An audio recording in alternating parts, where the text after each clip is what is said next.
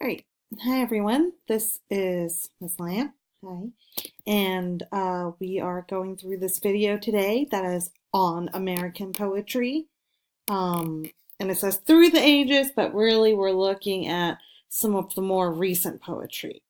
But a lot of American poetry stems from some of the traditions in the past, so we're going to talk a little bit about that as well. So first, please write down your essential question, which is, how does poetry feed the mind and free the soul? Which poetic movement are you most interested in and why?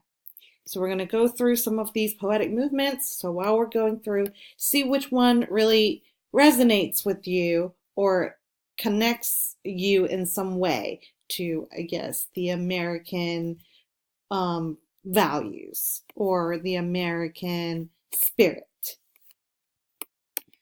So the first movement we are going over is one that America kind of stole from the English, and that is called the Romantic movement.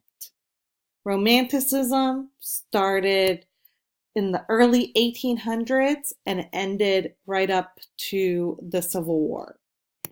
And that time period was really characterized by the individual's feelings and how individuals can be overwhelmed with their emotions, especially in nature, and having that solitude to meditate and to think.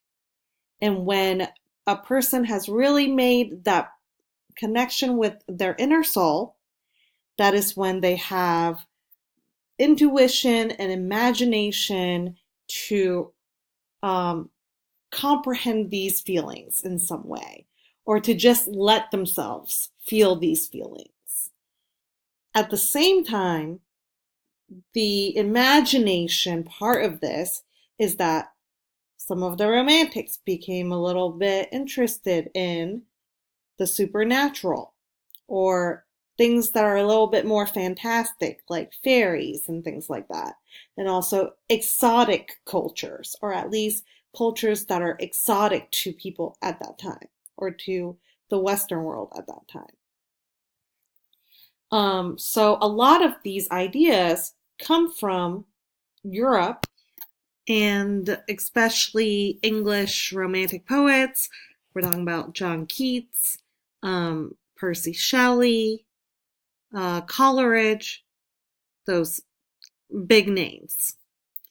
But the second part of this, the branch that Americans were really into, were the transcendentalists. And for these guys, they were really into self-reliance. So instead of, and that really brings us back to the individual. So what that means is instead of relying on other people to tell you how to feel and what is right and what is wrong, you rely on yourself, your inner self. You look within you by meditating in nature, things like that, and you let yourself decide what you're going to do, how you're going to feel.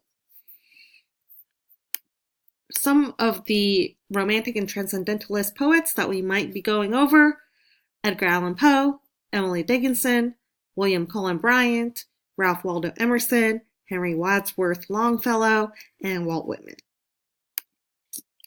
The next movement we are looking at is the Harlem Renaissance. The Harlem Renaissance is not limited to only poetry, but that is our focus for this unit, so we'll mostly be looking at that. So the Harlem Renaissance took place, of course, in Harlem, which is part of New York City. It's a neighborhood in New York City.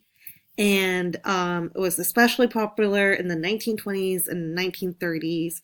And poets during that time period really examined and celebrated the African American experience. They looked for a self-awareness and self-worth that they haven't really been privy to before, and really taking pride in their own culture, in their own being, in their community as well.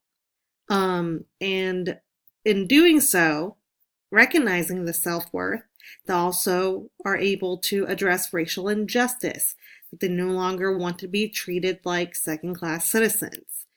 And we also include not only African Americans, but Black Americans that come from the islands. So Jamaicans, Haitians, and those immigrants also captured their experiences as immigrants and having that diaspora and nostalgia from the country from which they hailed from. So when we're looking at Harlem Renaissance poetry, we can see that the language is very different. In fact, the language celebrates African American vernacular English. And that means that some of the words will be spelled differently, and it also might have a lot of repetition, maybe even call and response type. And there would be a lot of musical references to blues and jazz music, which was also part of what the Harlem Renaissance was about.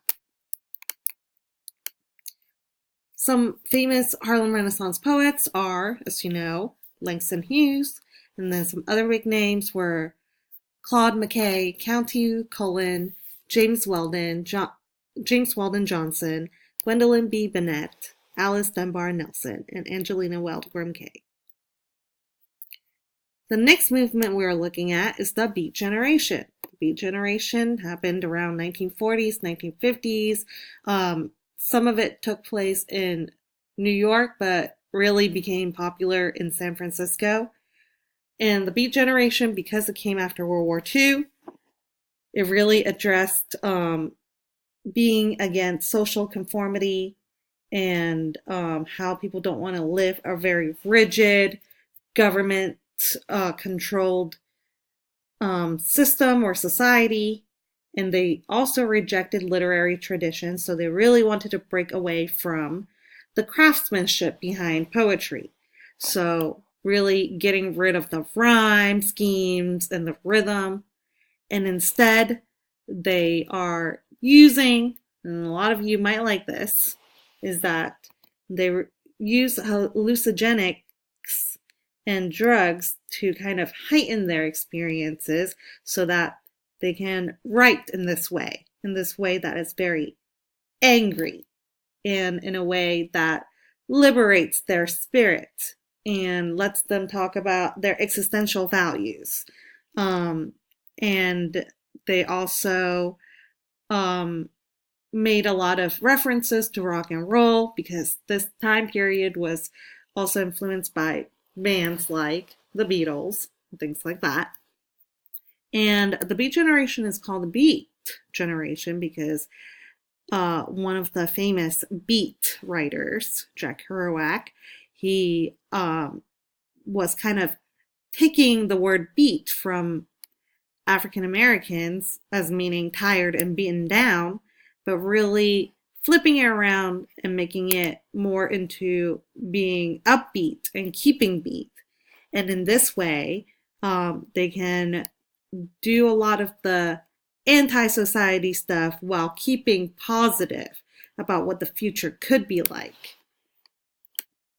Some famous beat poets: Allen Ginsberg, Gary Snyder, Lawrence Ferlinghetti, Gregory Corso, Diane DePrima, Hetty Jones, and Joanne Kiger.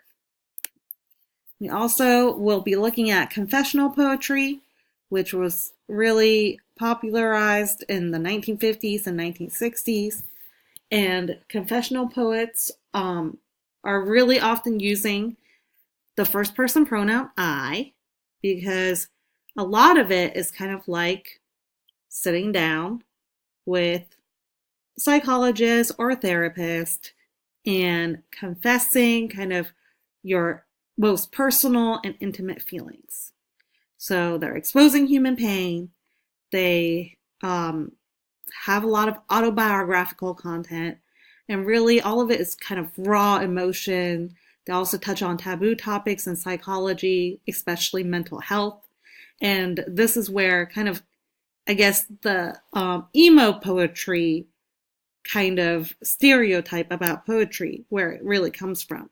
But confessional poetry is very different, because where it's very emotional, it still keeps to craftsmanship of poetry. So what that means is that there's a lot of attention to rhythm, a rhyme scheme, things like that. Some famous confessional poets are W.D. Snodgrass, Anne Sexton, Sylvia Plath, Robert Lowell, Sharon Olds. Then we're also looking at slam poetry, and that's more contemporary poetry, grew out of Chicago in the 1980s. It's also sometimes called spoken word. Poetry slam is very specific to it being a competition, and really celebrates the performance and interaction between the poet and the audience during that performance. And the content can be anything, really, just as long as it tells a story, or it talks about a person, or it has that performance aspect of it. But what's really sets slam poetry apart from some of the other types of poems is it really celebrates diversity, no matter the race, gender, class, sexual orientation, or religious beliefs. Anyone can stand up, get up there, and say their piece for however many minutes and maybe win the competition that night. Some famous slam poets, well, there's a whole YouTube channel called Button Poetry that's kind of popular. We've got Mark Smith, who is known as one of the originators of slam poetry.